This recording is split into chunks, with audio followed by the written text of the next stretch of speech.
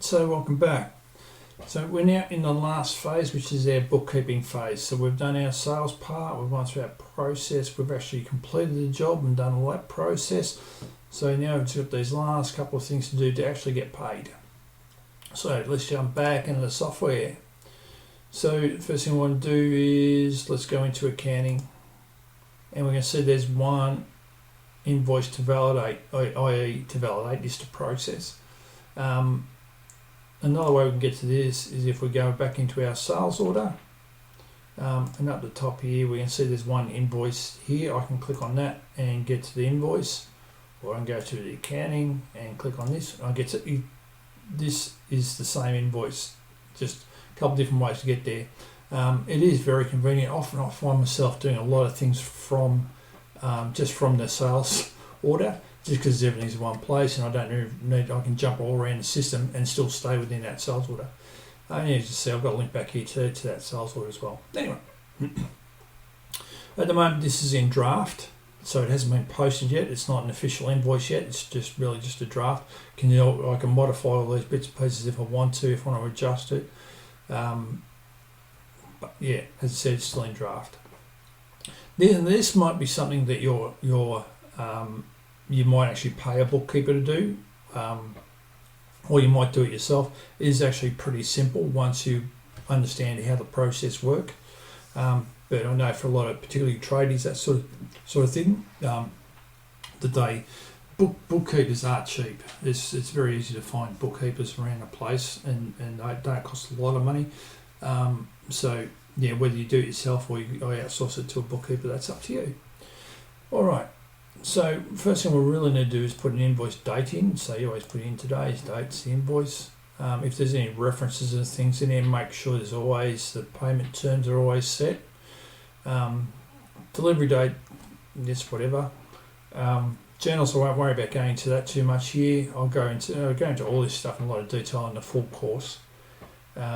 Delivery address, all that sort of things. So all that's looking pretty good now. There's not really a lot more to do here. I think this is pretty much ready to go. Again, I can preview this just as we did with the quotation earlier. But I can really now send this, create a proper invoice out of it. So once I'm happy with everything, I know no more amendments are going to be made. I'm going to click on confirm. And now this is a move to a posted invoice. That means it's a real invoice that we want to actually send to the customer, which is what we can do next. So let's go back to our process. We've actually now got a invoice created and we want to send it to the customer, and that way we can receive payment. So let's go back. So I can click on the send a print. I always untick the download. So download is, you can download the PDF, print it out and send it through the email, style mail if you want to. Yeah, I don't really see that many people need to do that these days. Sending by email is usually fine, but if you prefer to do it that way, that's fine. You can also send it by post, which is another thing altogether. We can change our template here. If we want to, we can add additional attachments in there. For example, if you you might want to send timesheets off, for example, you could do that sort of thing. Or if you want to send up some extra information, maybe some promotional information about some products and other products and services that you offer, that sort of thing, you can attach them in here. So what we can do now is send this to Phil. And we come back and we can see that that's now grayed out. By the way, these buttons are all active, but the one that's highlighted, the one that's in bold, is the next most likely action that you take. So it's not necessarily the one you do, but it is the most likely one. All right, so that invoice is now is now live. So let's just go back to our invoice list. I'll go back to our dashboard. We've got one paid invoice here. Click on that and we can see that it's not paid yet, but it is posted. So let's go back to that, and we can be waiting and waiting and waiting. So we don't really know when we're going to get paid for this. We do have immediate payment terms required, but that doesn't mean they necessarily will pay us straight away. So one of the things we'll we'll look up is follow-up terms. But for the moment, let's just assume that that's all good. I'll go through and register the payment. So let's go back to our process. So we'll assume that we don't need to follow up, and we'll just register a payment and process the payment. So what we can do is register a payment. It comes up with what our bank is, and it's a manual method. I'm not putting in some automated. I haven't actually got any other methods installed here, but we can actually have other things like PayPal and all sorts of things, payment methods in there. We've got the amount and so forth in there, date, and a memo that relates back to the invoice that was created from. So we can create that payment now. And so this moves to in payment. In payment means that the system knows it's been paid, but it doesn't have evidence that it links up to the bank yet. And we can do that through importing our bank statements into the system, but we haven't got that set up. We won't be going into that into this course. We're going, as I said, we're going into a lot of these things in a lot more detail in the full-blown course. All right, so let's go back to our dashboard. And you'll notice here that that's all disappeared now from the accounting dashboard. And we've got $553 in the bank ready to go. So that's all good. Let's go back to our process now. So at the moment we're at this point now, we're finished. We've processed our payment. So that's awesome.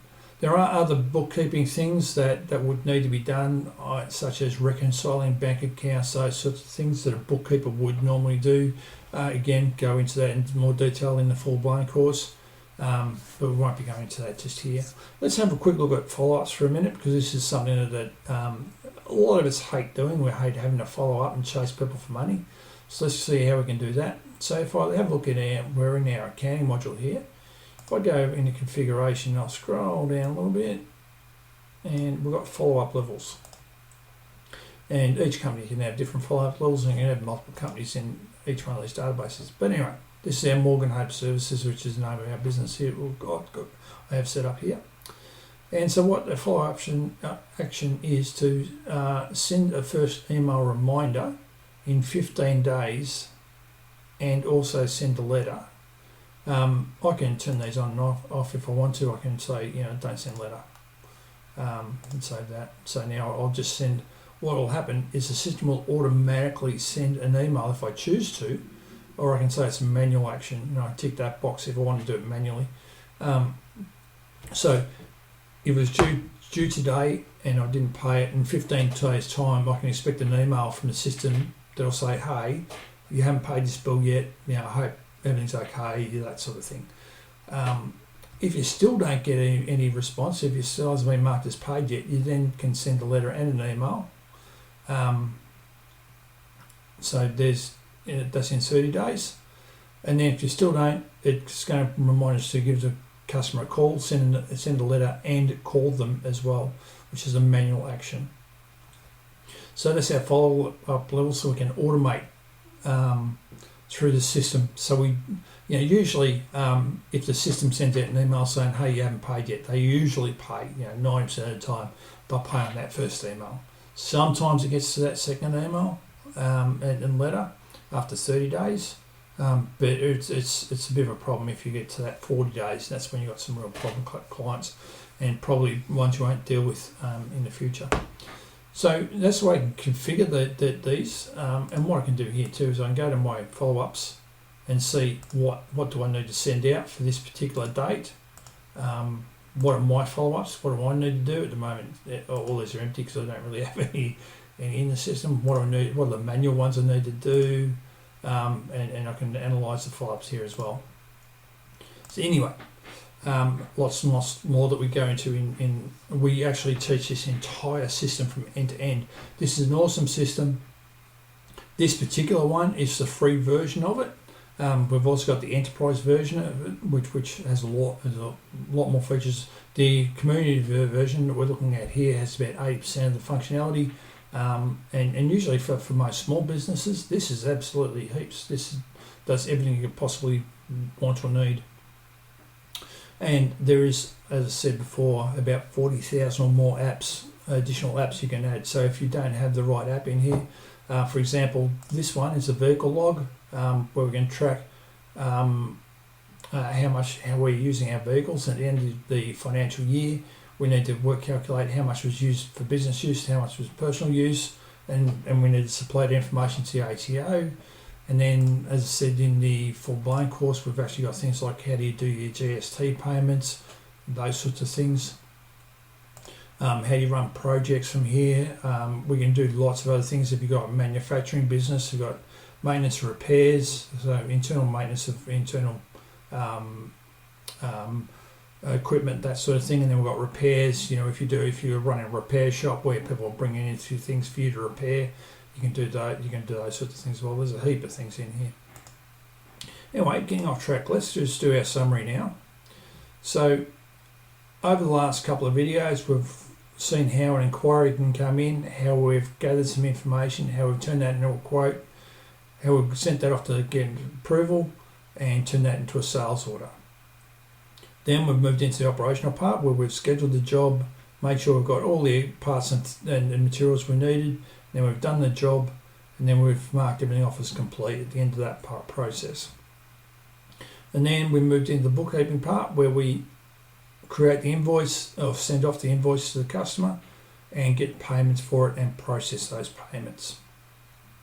So I hope you got something out of this course. It's just a quick overview of how we do it in a really good way for particularly small businesses to save a bucket load of money on using a piece of software which is free to use. Anybody can use it. If you need any more information on that, please get in touch with me.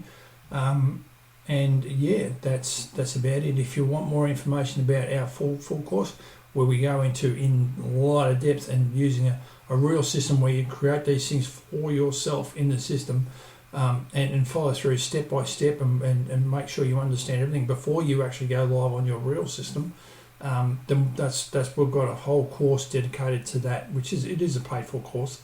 But if you want to know more about that, please get in touch.